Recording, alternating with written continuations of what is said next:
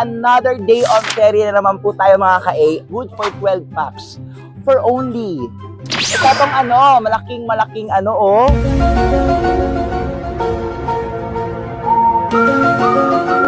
Bati, Sapa, River. Alam mo, doon kami nagtatalo kanina ni Popsi Cosme. Comment down section nyo nga mga ka-A kung ano bang tawag dito. Ako, ang para sa akin, sa pagkakaalam ko, kanilang accommodation!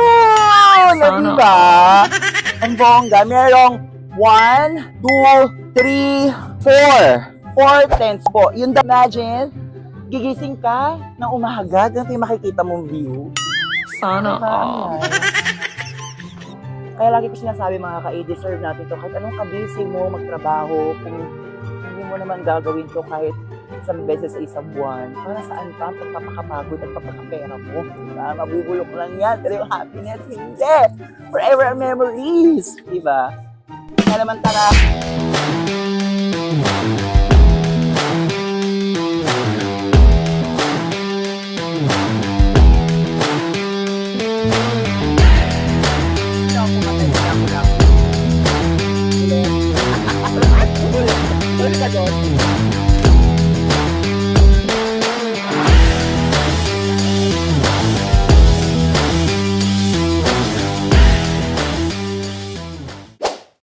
What's up mga ka-A?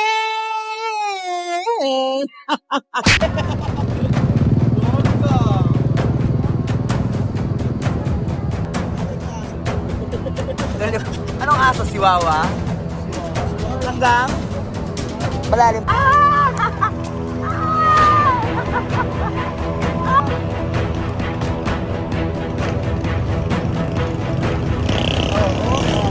Fantastic! Paano ba na-search ni Ate Shato? Hawak lang! Hawak lang, walang bitaw! Ayaw ka na magtanggol sa inyo. Ayaw ka na magtawa.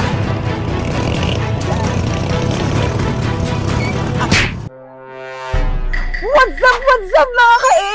This is your A-Girl, Ayi, and welcome to my YouTube channel! And for today's video, another day on ferry na naman po tayo mga ka-A.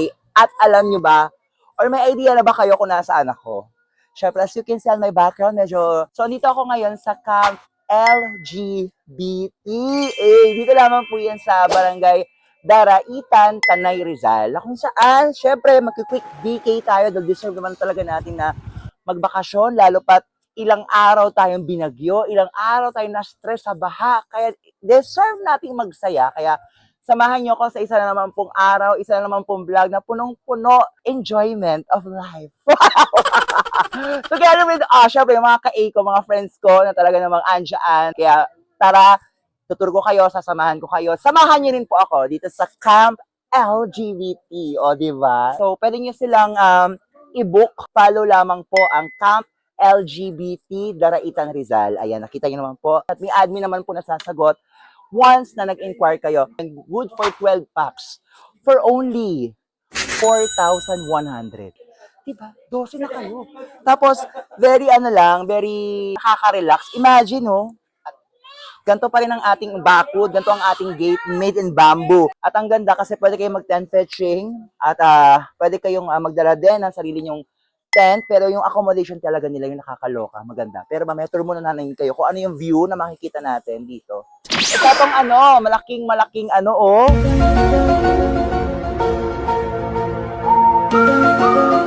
Bati, Sapa, River. Alam mo, doon kami nagtatalo kanina ni Popsi Cosme. Comment down section nyo nga mga ka-A kung ano bang tawag dito. Ako, ang para sa akin, sa pagkakaalam ko, River. So may mga house rules po sila mga ka-A. Syempre, maintain natin yung cleanliness o clean as you go once na nag-book kayo dito. Syempre, pangalagaan pa rin ang ating environment, ang ating kalikasan. Bawal pong uminom, bawal kumain near the big canal. Dito sa river, bawal. So, tara, i-check naman natin yung ibinok yung 4,100 kasi imagine makaka-812 packs kami. 4,1 lang. Tara. Siyempre dito yung parang pinaka dining kasi andito naman lahat. Nakita nyo naman, dito lalagay mga pagkain nyo. Ando ng lutuan while the boys are busy doing the household chores. Ay! Nag-ano na sila, nag-uuling na dahil limited lang po pala ang supply ng electricity dito. So parang hindi kaya daw po ng power supply yung mga big electric appliances. Aircon, di na kaya. Pero yung electric fan, carry naman daw. So ayan o, bawal umakyat kapag basa at kapag nakachinela sa taas. Thank you po. Patay. Patay na akit nakachinela tayo. Pwede na yan? Pwede na yan dal vlogger. Kung ay sumunod, dal vlogger. Okay, sige, sabi na ayun yan eh. And we're here na mga ka-A sa Abongga. Napaka simple but ang nakasandating ang kanilang accommodation. Na diba? Ang bongga. Merong 1, 2, 3, 4. 4 tents po. Yung dalawang tents pang family, as you can see, naka-divided siya into 2 parts. So, pwede yung may sariling pamilya, yung unang pamilya, privacy yung unang pamilya, yung pangalawang pamilya, may sariling privacy. So, pwede yung mga kabesa nyo dito, kung may mga kabit-kabit sa buhay, pwede yan dito. Oy, syempre bawal, no? Syempre, ito naman, good for, feeling ko 3 to 4 packs to, no? Imagine, gigising ka ng umaga, ganito yung makikita mong view. Sana Diba? Ang all. nice. Kaya lagi ko sinasabi mga ka-deserve natin to. Kahit anong kabisi mo magtrabaho, kung hindi mo naman gagawin to kahit isang beses sa isang buwan, para saan pa ang pagpapakapagod at pagpapakapera mo? Diba? Mabubulok lang yan. Pero yung happiness, hindi. Forever memories. Diba? Kaya naman tara, samahan niyo pa ako. Siyempre, babalik tayo sa baba. Pooling lang tayo dito. Simpleng pamumuhay. Na kung saan, hindi tayo masyadong kailangan ng komplikadong mga appliances. Kasi naman talaga, payak na pamumuhay lang tayo dito. At syempre, importante din ang ating toilet. So, ito yung paliguan. Meron pong malaking timba. Yan, na punong-punong-puno ng tubig. At in fairness, malakas. Ang tubig daw dito mga galing sa bukal. So, yeah. Galing sa gobyerno. Sa bukal. Galing sa bukal. At ito naman yung kanilang, ano to, kasi nakahiwalay yung pang shower, tsaka pang pupo. So, yun naman, as you can see, mga ka-A, napakasimple, pero nakaka-relax. Kaya ngayon pa lang, kaya sobrang taas ng energy ko, yung pawis ko, dahil ang sarap na i-enjoy na to. Siyempre, ano bang sarap gawin pag nandito na tayo, hindi magwalwal.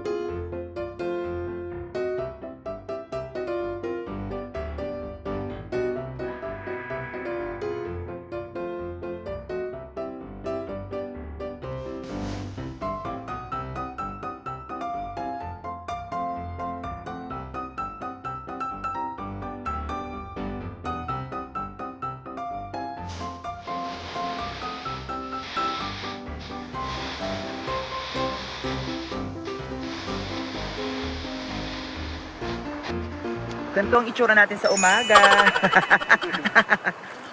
Madulas? Yan, I'm with Ate JJ. Hello. Popsi. Hey. Yan. Medyo madulas nga lang, konti. Ang mga bato, pero kailangan nyo magsuot ng tsinelas. Proteksyon sa mga hindi masakit. Ayan o. Kita naman yung nilalakaran namin. Anong experience mo sa Camp LGBT dito sa Barangay Daraitan, Tanay Rizal?